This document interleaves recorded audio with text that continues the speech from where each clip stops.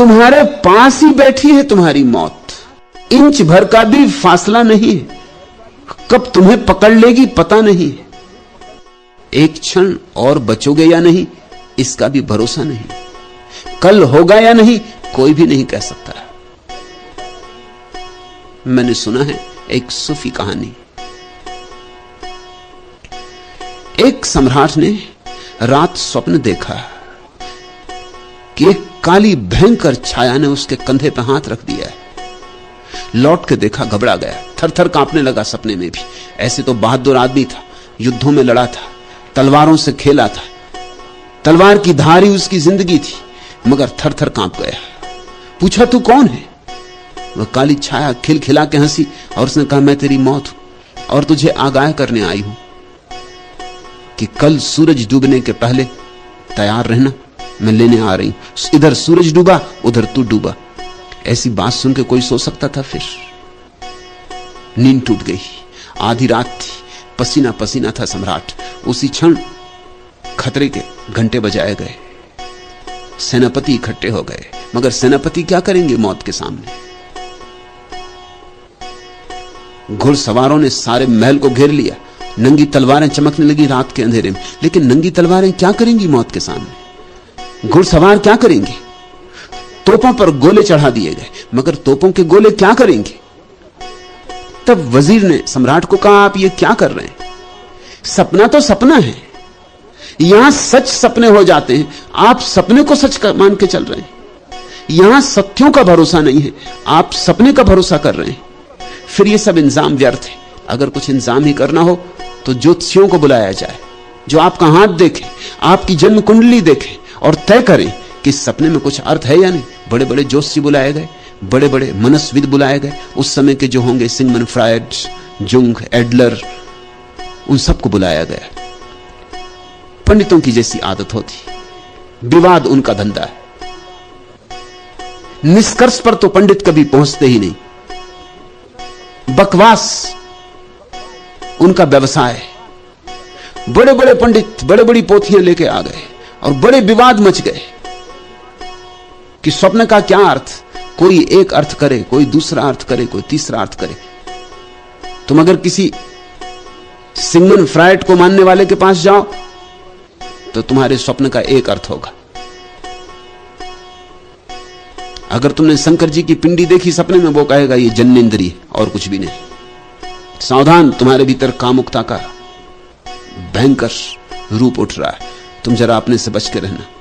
तुमने काम वासना को दबाया। अगर वही स्वप्न लेकर तुम किसी एडलर के पास जाओगे तो दूसरी व्याख्या होगी। वो कहेगा ये शुभ्र संगमरमर की प्रतिमा इस बात की खबर है कि तुम्हारे भीतर शुभ्र होने की महत्वाकांक्षा जगी।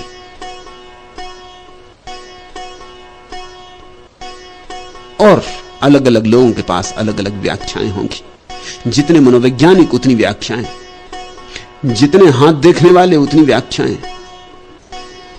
व्याख्याओं का जाल मच गया। बजाय इसके कि कुछ निष्कर्ष निकलता, सम्राट और उलझन में पड़ गया। सुबह होने लगी, सूरज उगने लगा। सम्राट ने अपने वजीर को कहा कि तो मुसीबत है, ये तो हल नहीं होगा। सूरज निकल गया तो सूरज के डूबने में देर कितनी लगेगी? सूरज निकला कि डूबना शुरू हो जाता है, बच्चा जन्मा कि मरना शुरू हो जाता है। मैं क्या करूं? उस वजीर ने कहा इनके विवादों का तो कोई अंत न कभी हुआ है न कभी होगा। 10,000 साल से पंडितगण विवाद कर रहे हैं, किसी एक चीज पर सहमत नहीं। ईश्वर के कितने हाथ हैं इस पे भी सहमत नहीं, कितने चेहरे हैं इस पे भी सहमत नहीं, ईश्वर है भी या नहीं इस पे भी सहमत नहीं। ये किसी चीज पे सहमत नहीं, ये सहमत होंगे नहीं। सहमत होने में तो इनके सारे प्राण ही निकल जाएंगे। इनका व्यवसाय असहमति है। आप इनकी बातों में मत पड़े। तो सम्राट ने कहा मैं क्या करूं? उसने कहा आपके पास इतना तेज अरबी घोड़ा है, आप उस पर बैठ के जितने दूर निकल सके निकल जाएं। ये महल खतरनाक है, यहां मौत ने आपको दर्शन दिए, इस महल से जितनी दूर हो जाए उतना अच्छा। यह महल अपशगुन है। बात जची।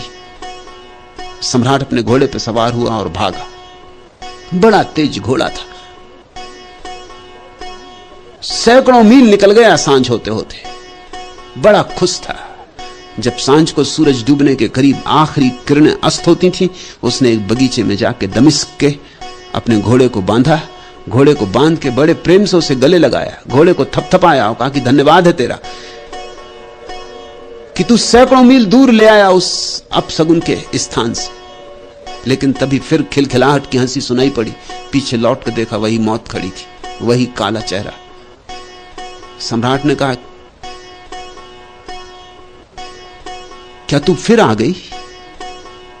खिलखिलाहट का कारण?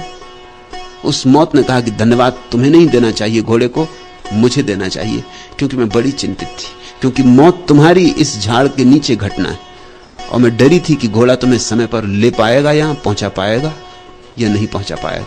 लेकिन तुम ठीक समय पर ठीक जगह आ गए। भागो कहीं, एक न एक दिन ठीक जगह पे पहुंच जाओगे जहां मौत तुम्हारी प्रतीक्षा कर रही। मौत से भागो तो भी मौत में ही पहुंचोगे। मौत में घिरे हो और फिर भी आश्चर्यों का आश्चर्य यह है कि तुम अमृत धर्मा हो। इस जगत का सबसे बड़ा रहस्य न तो ताजमहल है, न बेबीलोनिया का गिर गया मीनार है जिस पर ज्योति सदा जलती रहती थी बिना तेल के, बिन बाती बिन तेल। न चीन की दीवार है। इस जगत का सबसे बड़ा आश्चर्य एक है